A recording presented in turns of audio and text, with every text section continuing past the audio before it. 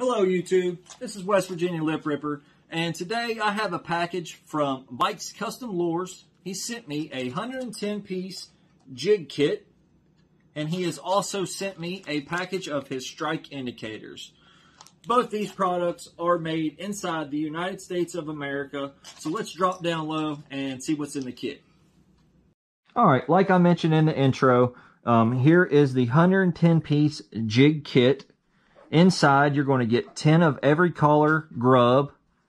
You're going to get a 164th ounce sickle head hook. You're going to get 10 silver and 10 black.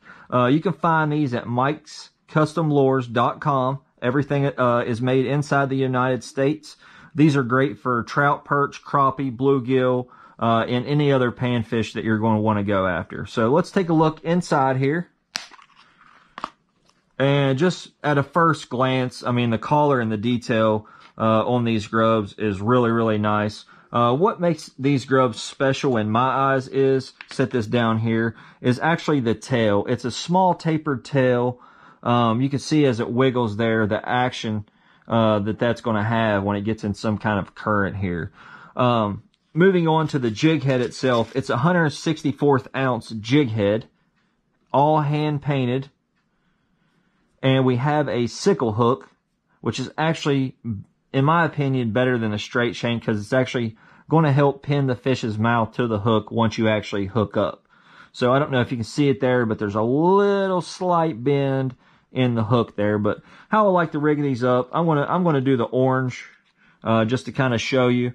You're going to take the jig head, hold the jig head, the head of it, actually in your hand, take the hook like such, down into the center. You're going to make sure you put this on there nice and straight, down into the grub, like such. And you're going to run it up until there's a small indentation on the side of every one of these grubs. You're going to take it down to the bottom of that, and you're going to pull the hook through the side of the grub. Maybe just a touch more. There we go. So you're going to pull it through the side, like such, and then you're going to shove it up on the shank. So now you have a nice, straight presentation. And I love the tails on these things. It's awesome. I mean, I can't wait to see what it does in the water. So there it is. There you have it. I'm going to show you how I kind of would fish something like this. I've got a 6-pound main line here. So we're going to take and run the main line through the jig head. I use what is called a fisherman's knot. It's basically improved clinch, where you do the wrapping 7 times, run it through the loop, and then back through. This isn't a video to show you how to tie knots. There's plenty of those on the internet here and YouTube. So you run that through. Once I get that cinched down, I get it on there. I make sure I get it on there nice and straight so it's not off to the side. But I trim my tail off about 1/8 of an inch. That way, if it does pull tight, it doesn't slip the hook, and you won't lose your fish or your hook if you get snagged. So there it is. It's tied on, and he also sent me these really, really sweet strike indicators. These are a 1.5. These are a little bigger than normal that you'll normally see on the market, which I love.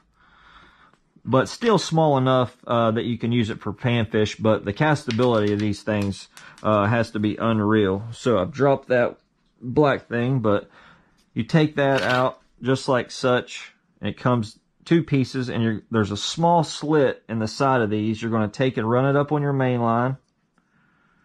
If I can get a hold of it here. Got it on there. In there like such. And you're going to take this black peg. I like to run mine about 1 foot above the jig head, maybe 8 inches there. And you're going to shove the black peg down into the top of the strike indicator. So there you have it. You've got the strike indicator about, I like anywhere from 8 inches to 1 foot, depending on the water that I'm fishing. And you're set up. Now, that right there is absolutely amazing. But another little simple trick I like to add to his stuff, or anything that I fish similar to that, is I'm like to tip mine with an actual mealworm.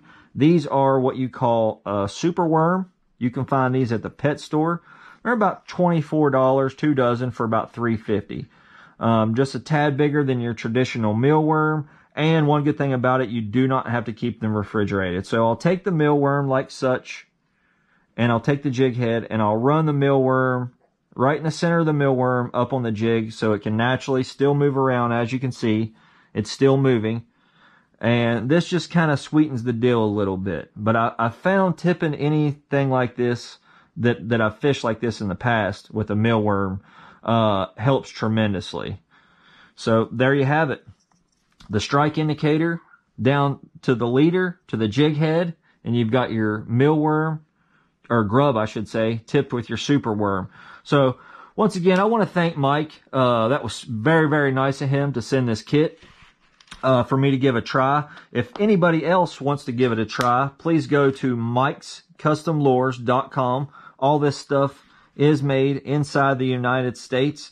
And this guy's a veteran. So go support a veteran doing what he loves by making lures there on the webpage. If you guys haven't liked the video, please like the video. Comment down below what's your favorite color grub, or what you like to tip your jig heads with, if you tip it at all. But if you haven't already, please subscribe to the page. And we'll see you next time. Let's go rip some lips. GoPro, stop recording.